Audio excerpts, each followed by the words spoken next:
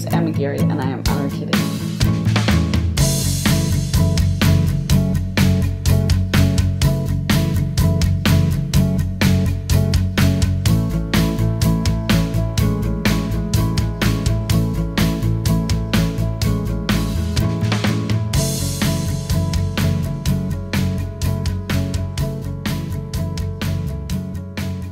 How long have you been doing sort of what you do for? Well, I've been painting since, for maybe about seven years. But before that, I did graphic and web design. When you started off, was it you wanted to go into graphic design, or was the painting always something that you kind of wanted to do? Did it evolve into the painting? I think I always wanted to do painting, but when I was at uni, I studied web design and sort of got into that, and it was at its height.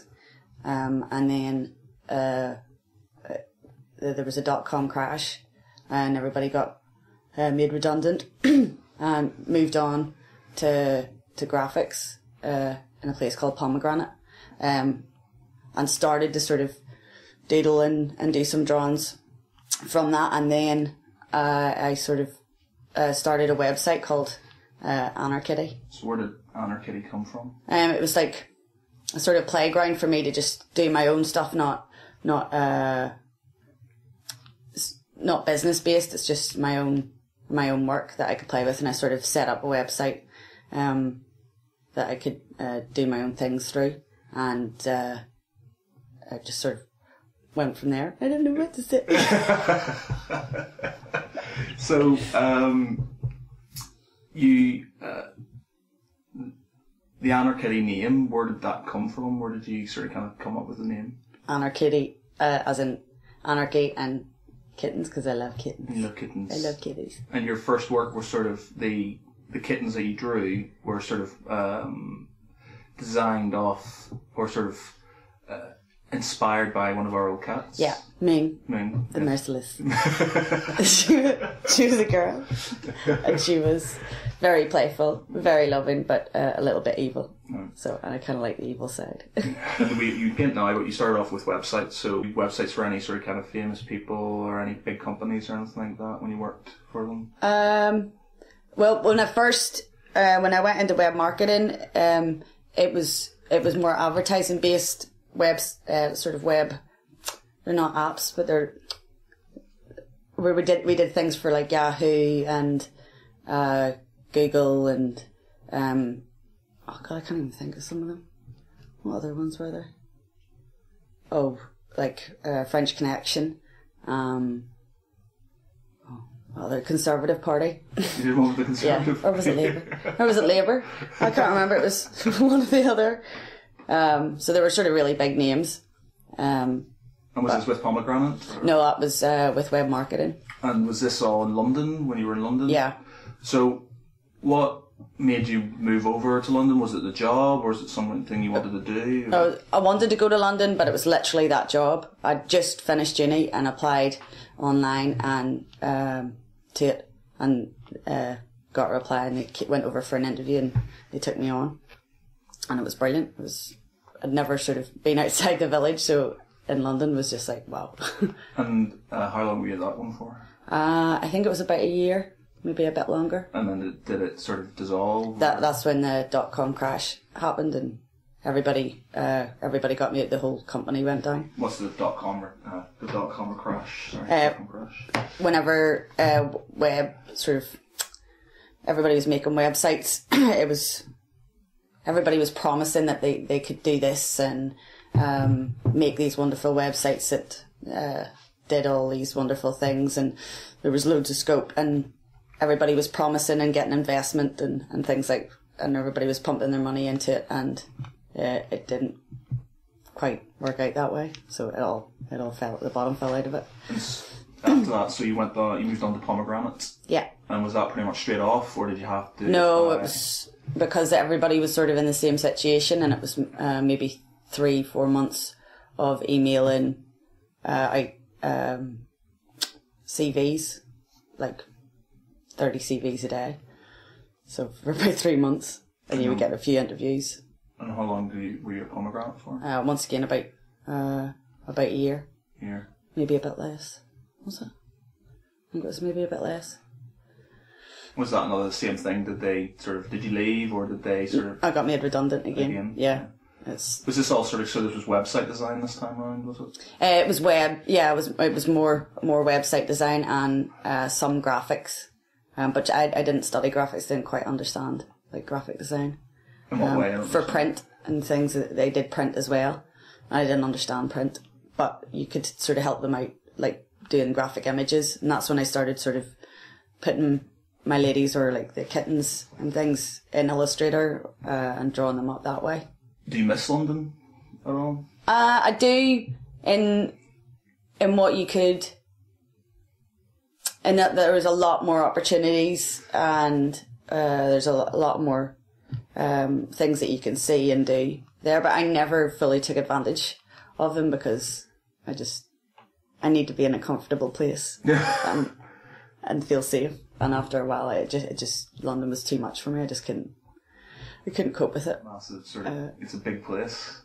But I remember you saying you sort of kind of get used to it after a while. Yeah, you do.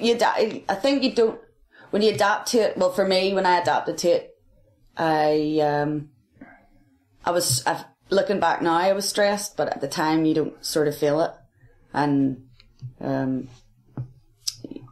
but instead of like embracing what London was, I just retreated. The last sort of year in London, I sort of stayed in my flat, worked from my flat, and went to the pub next door. Do you think that, obviously, you and Michael had a run-in with some of the local youths? Yeah. Did that have any sort of effect on... Yeah, I think that was when I started to sort of retreat more and not go out and... Hello. Yes, do you want to be interviewed? Hello. Yeah, I think... Yeah, it was more... what's the word? I was excited by London before that, and after that I was scared of London. Right. Thinking, you're more wary of what's going on. And so, when you came home, what was the plan then? Was it just, I need to get out of London? Or did you kind of go, I need to sort of get my head sorted, get home and just start on the paintings? Or was that something that you sort of kind of came to when you were here? I think that was what I came to when I was here. It wasn't really about the paintings when I came back. Hello. I think it was just getting home. Yeah. But I'm not saying London's a bad place. It's just I couldn't cope with it after a while. It was just a bit much. Do you think sort of being in a place like Ballycarry, which is a small village, does it restrict you slightly, or do you feel it helps you with your... Because there's a lot of artists who sort of have... they live in sort of kind of rural English countryside villages and stuff that they don't really need the big smoke or everything. Sort of, do you think that living in a sort of kind of quite tranquil place, and if you can call Ballycarry tranquil, but having a place like this helps you with your work, or... Yeah, it definitely does. I think sometimes it's sort of hard gallery wise and things, because there's not much here, or not much what you sort of want my art, that style of art here. Yeah. There's lots of landscapes and flowers and things. But so do you think you're maybe doing something slightly different than is the norm for Ireland, or Northern Ireland even? There are a lot of other artists and a lot of really good other artists here, but I mean, that similar sort of thing, because like you said, when you think Northern Ireland, you think watercolours and rolling hills, you don't sort of landscapes and things. Yeah, there's not many sort of pop surrealists over here, but... Is that what you would call yourself, a pop surrealist? Yeah. Okay. Right. So you're back home. You start off painting. Now, the stuff you've got, for example, on the screen there is more of your recent stuff. Yeah. You started off originally with what can only be described sort of maybe sort of manga, sort of anime type sort of stuff. Is that where you sort of kind of got your inspiration from? Yeah, anime, manga. It's just the big eyes. And eyes have always been quite a big thing for you. Yeah. What is it about eyes? I don't know. When I was a kid, I just used to draw eyes. Though I used to draw landscapes as well, just like a hill and a house and an eye. I don't know what that means, but yeah. But I think whenever, because I wasn't trained like in fine art or anything, so I think you probably do. It's almost like you're a child. You sort of start off just drawing eyes. So everything you've done, was it self-taught then, or did you have any sort of training in school? Or? I mean, I did A-level art and foundation art, and then did graphic design, and then moved on and specialised in visual communications, new media. But there was no sort of drawing or painting. A bit in foundation where you did life drawing and things, which I really, really enjoyed, but didn't study that. And so I've tried to teach myself how to draw figures and faces and things like that. I'm not very good though. So why the like I have one of your I've got one of your paintings in my house. It's either yin or yang. I'm not sure which one it was. Is it? It's the white one with the brown hair. Yeah. And that's sort of very, big, massive eyes, sort of kind of not cartoony looking and stuff. Why the change? Because I quite like that look to the more, it's not more pin-up style of, say, the one we've got behind us here. So where's that come from? Is that just different sort of, as you've evolved, the way you can do things? Or is it just you didn't like the style that you originally did? Or No, I think it's weird. I think it's evolving, but like the first ones I did, they were more, you could actually see it being more graphic-y, and trying to teach myself painting and trying to teach myself drawing. It almost felt like it got worse because I didn't know how to do. When I was doing the graphic style, I just did what I did and I didn't really care about it. What's the graphic style? Is that sort of like a manga and anime style stuff. So whenever I was trying to learn painting and drawing, it got worse because I was thinking about it and then judging what I was doing, or it felt like it got worse. Do you think that do you feel that you're maybe too self-critical about what you do? I think everybody is, but I know I wind myself up.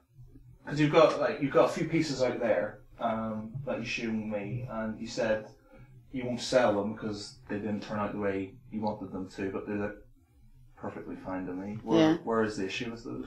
I don't know. Is it? Do you feel like you can only sell something that you have 100% sort of satisfaction with? Then? Yeah, or I feel it. I don't know whether I feel I'm cheating somebody or if somebody buys it. I don't know if I. Is it sort of a fear of judgments, or somebody might point something out? Or it just doesn't look right, or it makes me look bad. I don't know. Though I can at the time hate them and then later on look at them and then go, actually they're not that bad. But I don't know. The sign of a true artist, a tortured soul. Okay. I cry every night. So you've evolved with your work, and that's included sort of different types of mediums. So you've used acrylics, you've used colouring pencils. Yeah. Is there anything else? I used oils the first, like the big graphic ones. They were all oils, and then I moved on to like pencils, doing a pencil drawing like Caran d'Ache, and then ink washes, and then. Is that the ones you did over the wood? Yeah. That's the ones on the wood. So. Oh no, some of the ones on wood. It was the first ones, that sort of styled ones.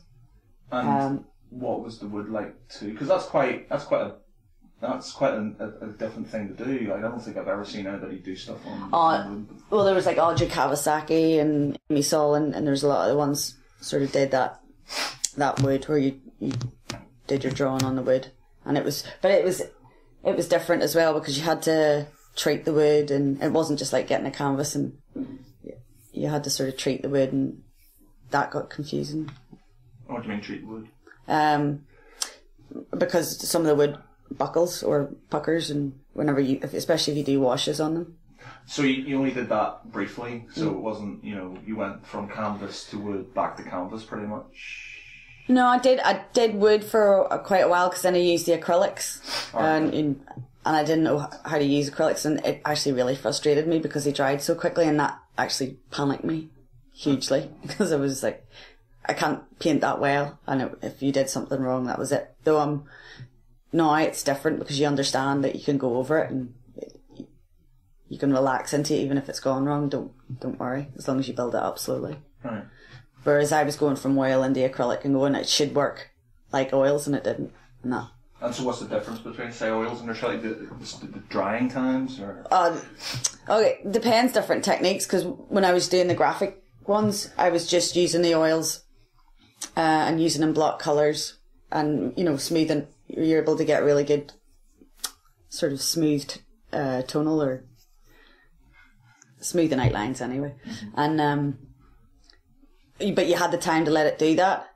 Oil painting, how you should do it is do it in layers, and lots of, you build up your layers and do it in thin washes. And each time you have to let it dry. So, like, if you were to do a proper oil, it could take 2-3 months, just because you have to let the layers dry in between. Is this something you learned through trial and error, or something you No, when you're looking it up and stuff, I wouldn't have the patience for oils now to do it like that, though I think the depth that you get in them are amazing. But you can do it with acrylics and do that layering up, but you've got a quicker drying time, so it sort of cuts it right down. Okay. But that's the other thing. I sort of went through a phase of trying to get depth into my paintings, but actually it doesn't work, because I've still got a graphic style, so it actually suits being more flat than having depth. But it's good to try them, I suppose. And is there anything else that you sort of kind of, any tips that you sort of kind of learnt along the way when you've been sort of doing this? And you mentioned to me the other day about using a green background. Oh, it was just trial and error, because I don't quite understand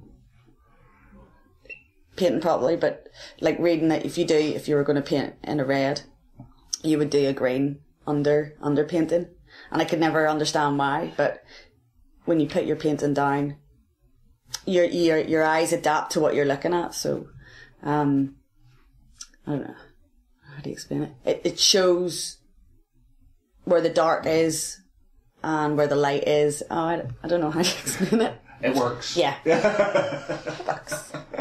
Okay. You do sort of quite a lot of sketches now as well. Obviously, you've sketched for most of your career and stuff, but you seem to be doing quite a lot more, especially on your Facebook. There's quite a lot of pictures of you doing sketches. That little monster. Hello, baby. Yes, there's my bum. So is that something you are doing more often now, the sketching? Do you find it easier? Yeah. I would sit and sketch all day, and that's the problem, because I would sketch and sketch and sketch, and there's lots of little roughs. And instead of maybe doing 5 sketches and choosing one and then developing it, I do just lots and lots of silly sketches. But there's times when I'll go right, develop it, and it moves quite quickly. And I actually like doing the little kittens and stuff now. You've got what was an idea for doing dictators or something? Yeah, I sort of want to do a series of kitten dictators. What's the one you've done recently? Is it Kitty Jong-il? Is it? Is it Kitty? Yeah. In the future for you then, do you see yourself sort of carrying on to evolve with the type of work, or do you feel like you settled on a style that you quite like, or? I don't feel comfortable in my I know it's there. I know that's what I'm striving for. I know it's there, but I can't quite find it, or I haven't got the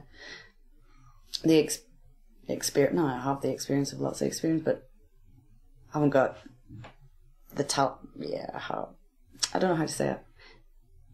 I haven't got the skills that I want that are in my head. So it's not coming out. You want to get to a point where you know X, Y, and Z, and then you feel that. Yeah, I feel confident in what I'm doing. A lot of it's to do with confidence, and I'm not doing that already. I have no confidence. But I don't have very much confidence. And then you'll get bites of it whenever it comes together at the end. You're like, yeah, that was easy. I can do that. But most of the time... You've sold, if not everything, every time you paint something, you pretty much sell it. There's not very many that you haven't sold over the years. So does that not sort of help boost your confidence that at least people are buying these things? Oh, it does. And like things like Facebook and stuff where you get feedback and Instagram, I mean, they'll do wonders for you.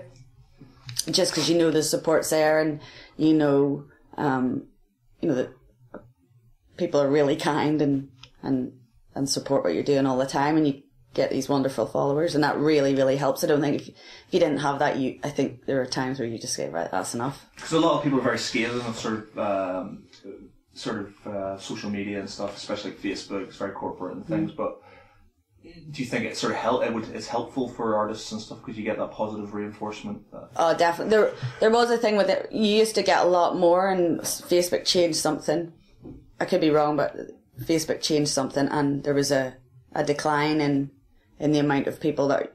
You can see 10% now. So. Is that what it was? So basically, they want more advertising, so you've got that little button, isn't it, so you can get it. So that niggled me, but at the same time, it's done wonders. So, and it gets your work out to people that you wouldn't like.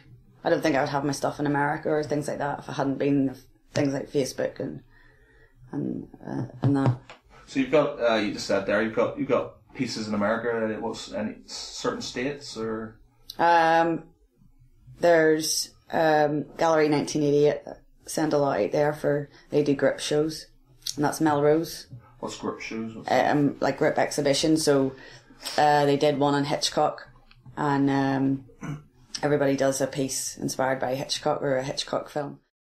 You're doing a bit for what, sorry? Bad Robot. So it's Gallery 1988 are doing a... And Bad Robot are the film company? Yeah, that sort of produced Lost and Star Trek, and they're doing the new Star Wars movie. Right. So I was like really excited because I was a proper Lost geek. So it's all linked in with J.J. Abrams? Yeah. And they're actually directly involved. They're directly involved in that? Yeah, with this grip exhibition. And so Lost, so not Star Wars, so you've chosen Lost. So although I do want to do Star Wars, but it's because there's just nothing you can get on Star Wars. How they're going to do it or what way I can. Well, I suppose it's generic, isn't it? Everybody would sort of kind of Star Wars is the one everybody would go for. Really. Yeah, I do want to do Star Wars, but Lost then because I was so obsessed with it. I think it wouldn't be right if I did anything else. Were you? What did you think about the ending of Lost? Bit of a. Though I can understand it because I don't think they had any other. They couldn't end it any other way, and because Lost got lost. No, I think Lost. You got into it that much because you wanted the answers to life. Because that's what it was asking, really. And it's never going to be able to give, a TV program's never going to be able to give that to you. So I think their ending was the best they could do. Okay. So how did you get in with the whole the Bad Robot thing, sorry? No, once again, it's Gallery 1988, and they would do grip shows that are mixed in. Like Arrested Development, they did one for Arrested Development because Arrested Development's bringing out a new movie. So they sort of team up, I think, with these guys and then invite all the artists. It's brilliant. Is this some of the other artists with the chance of maybe working with them further if they like your stuff, or? They just get lots of new artists and show their work, or new and old artists or older artists. And just put them together, and I think it's down to styles and things like that, and what they think will fit. And so you've got stuff in America. I think you've got stuff in Germany as well. Yeah, Münster in FB69. So is this stuff prints or actual canvases or? Oh, it's the paintings are out in Germany. And pencil drawings that I'll send out as well. But it's a lovely gallery. So you're worldwide then? Yeah. International. Is there anywhere where you'd sort of kind of like to have your work that you haven't got there yet, or?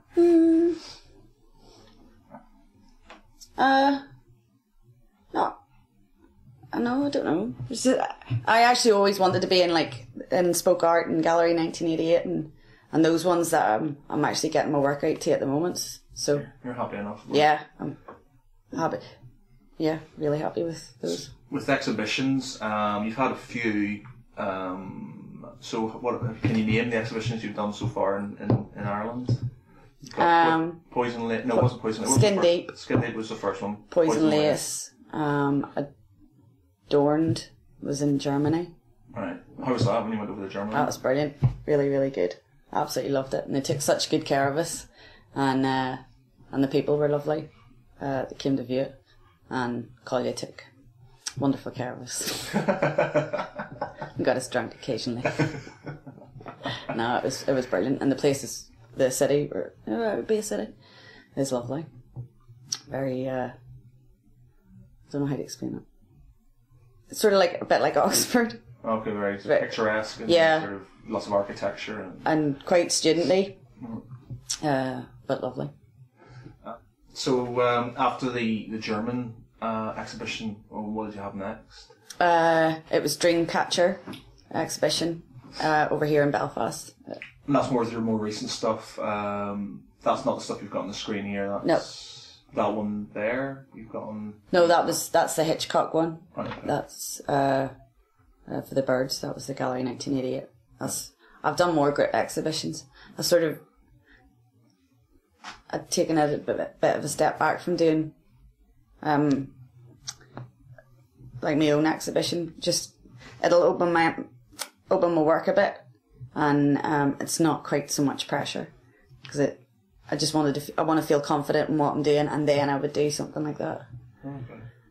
Again. So what's the score with setting up your own? Because obviously. Some of them are the ones that you set up yourself, or were they ones that other people have set up for you? The exhibitions? Yeah. No, they're always somebody else has set them up. So if they kind of do they turn around to you and say, okay, Emma, we need you to draw or sort of paint X amount of pictures by this date? Yeah. Or they'll work with you and then say when's good and how many do you think you can get done by that time, or do you think you'll be able to get that many done for that time, and and things like that. Does that stress you out? Yes. Very much so. What's been the worst one so far?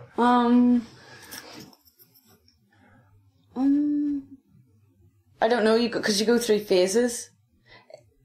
I think when it's your own exhibition, you've got so much to do, and so you've got a long period of time. So at the start, it's kind of exciting, and then you go through a really daunting period where you're like, I've got so much to do, and I can't see the end of it. And then you sort of work through, and you can see where you're going, and at that point, and then it's fine. Then you get another bit where you're maybe running out of time and starting to panic. Yeah. But you always get it done. You've had quite a few people asking you for commissions and things, but you don't do commissions, why is that? Panic. Is it because you don't want to let anybody down? Or? Yeah, because I think whenever I did graphics and web design, whenever you had clients, they would tell you what they would want, and you would go off and do the work, and then you would come back and they would change their mind, or it would be different. When somebody has something specific in their head, they can never explain to you what it is. You have your own vision, and it's never what they want. That always worries me, that I'm going to do something that's not what they want. And if I feel like it is what they want, I sort of get restricted. I sort of can't put it down right. Do you think so is that something you'd never really do then? Sort of. I think with doing these group exhibitions where it's forcing you're doing stuff that you wouldn't usually do, you know, different TV programs and things like that. It's sort of training me to sort of relax more into stuff that's outside my comfort zone. Right. So I hope I should be able to do commissions at some point. But... Fingers crossed. Yes. Right, okay. What's the sort of future for Anarkitty then? So what do you got? What's next? You were sort of mentioning, because you used to do T-shirts. Yeah. Back in the day. With the Pussytat ones. Which were really cool. So you said to me about maybe doing T-shirts with the dictators and stuff. Yeah, I'm not sure. I would sort of like to create like not a line. A brand? No, not even a brand. It's just I would like to do a run of like kittens that are dictators and just see where it goes, and then maybe, I don't know, better T-shirts or something different with them than just the paintings, and or maybe screen prints and things. Yeah. You've got talking about the T-shirts. You've done other stuff, other merchandise. You've got brushes. Yep, the Denman. Working with the Denman brush. Never really loved it. So did they ask you to do them? Yeah. No, it was an art group that started up called Thirsty, and they trying to get artists together in Bangor, right, and try and put them together with companies and things like that, and they put me in contact with Denman, and I went up and met Denman, and they liked my work and said would I put one on the brush. So I've got that one, and I'm working on a few more. And so what's the score with do they pay for it, or is it just sort of kind of get the name out? Or no, they pay for it. It's all about the money. Yeah. Got bills to pay. Yes. Okay. So obviously, you got different sort of fingers and different pies, as it were. Mm-hmm. But you're pretty much going to carry on with the drawings as they are. Is there anything sort of specific that you feel like you kind of want to aim towards, or is it just sort of kind of taking the day as it goes and sort of see what happens? I just want to get better. I just want to sort of feel more.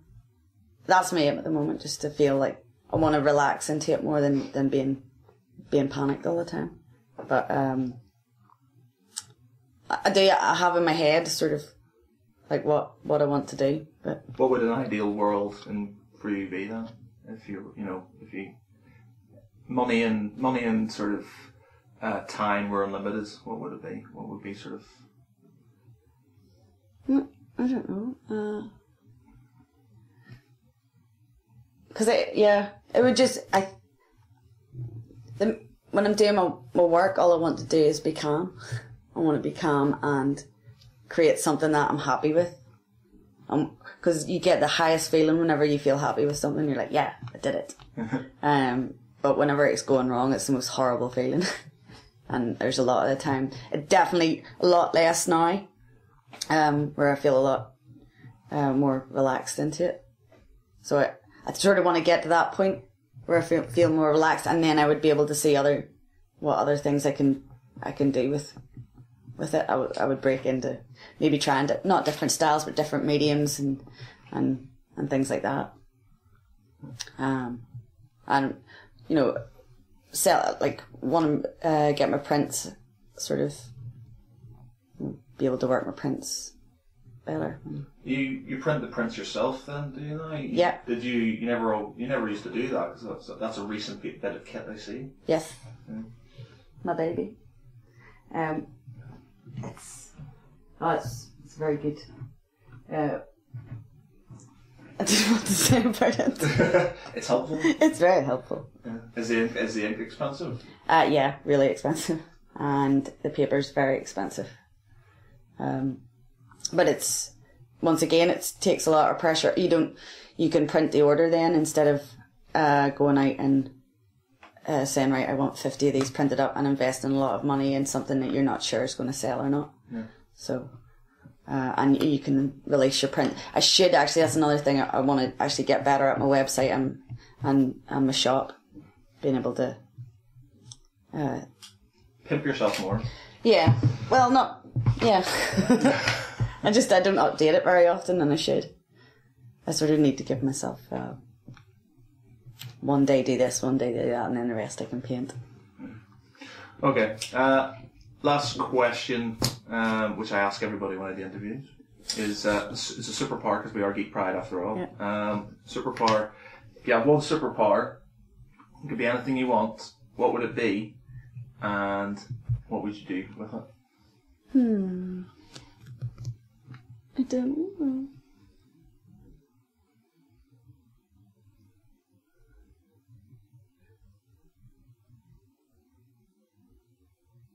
Does it have to be like a superpower that's... It doesn't have to be. It could be like, I don't know, being able to freeze time, or being able to, paint super fast. Yes. Or something. I would, if I had the power to paint super fast, and then I would... I don't know. So I think most people can paint super fast. Yes. Just paint super No, fast. that's what it would be. That whenever you watch this, whenever you watch other artists and they do the stop frame where they paint really fast. That's what I would like to be able to do. That that's how I do it. And it's perfect at the end. That would be my superpower. I don't need stop frame. It would just be like done. So websites and things, can you tell us where people can see your work and buy it, etc.? You can see my work at www.anarkitty.co.uk, and you can buy it at, there's the shop at www.anarkitty.bigcartel.com. And is there any, do you sell it through other sites and things as well? Fine Grime sell some of my prints, and I'm doing some art for them. And the brushes, where can you get them? You can get them on Denman, on the Denman website, and I think if you type into the search Anarkitty, you'll get the brushes will come up. So cool. Well, thank you very much for your time. Thank you very much, Matthew. That's